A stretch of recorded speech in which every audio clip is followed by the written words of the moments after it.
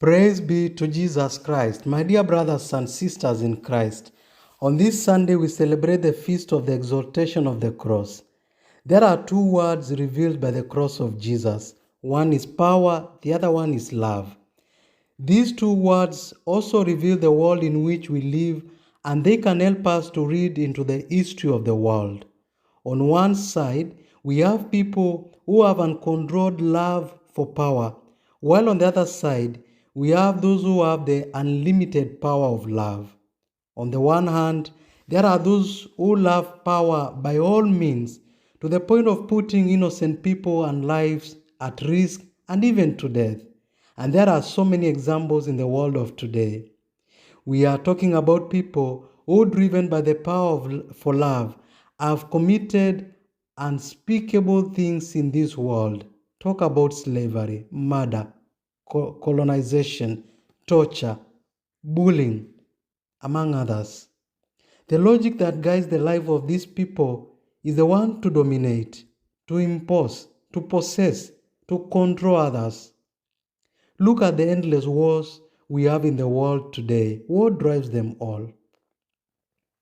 On the other side, we have those who, through the power of love, have continued to transform the world. Their love for a better world made them victims of evil and corrupt systems, and for this reason, many of them suffered greatly in life and even lost their lives. There are countless examples of victims who have suffered and died at the hands of those who love power. And we can cite the prophets.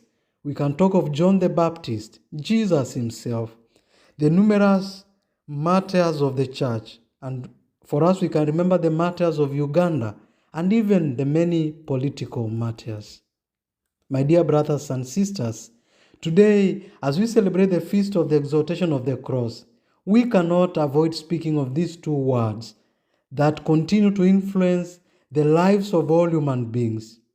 When we speak of the exaltation of the cross of Jesus, we do not mean the exaltation of an empty cross, but of a cross on which lies a person, Jesus, God, who has agreed to fully embrace the cross in order to express the power of love. The cross of Jesus can never be separated from his love for us, nor can his love for us be separated from the cross. What we are exalting is not a cruel cross, but a profound divine love for humanity and creation that has changed human history for the better.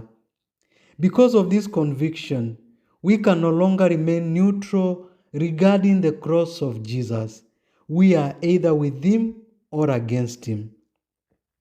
Every choice and every action that we make becomes a rejection or a testimony of how God loved us so much that he gave us his only begotten Son.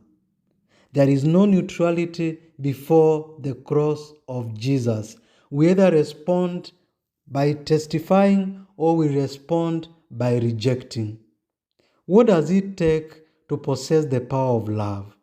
The answer is the capacity to die. For as Jesus tells us, a seed must die for there to be reborn a new life. Without dying, there is no hope for a new life. The process of dying is painful, but it is necessary for a new life. Jesus says that if a seed does not die, it remains only a seed. But when it dies, it is capable of regenerating into a new life. The process of bearing the cross is painful, but it is capable of leading us into a new life, a life of love. We must ask ourselves today, what must die within us if we truly hope to be possessed by the new power of love? I'll say it is our ego, the selfish I that exists in each and every one of us. For love to be exalted, our ego must be degraded. Think about this. On the cross, Jesus is disabled. His head, his hands, his side, his legs, his back, his whole body is disabled.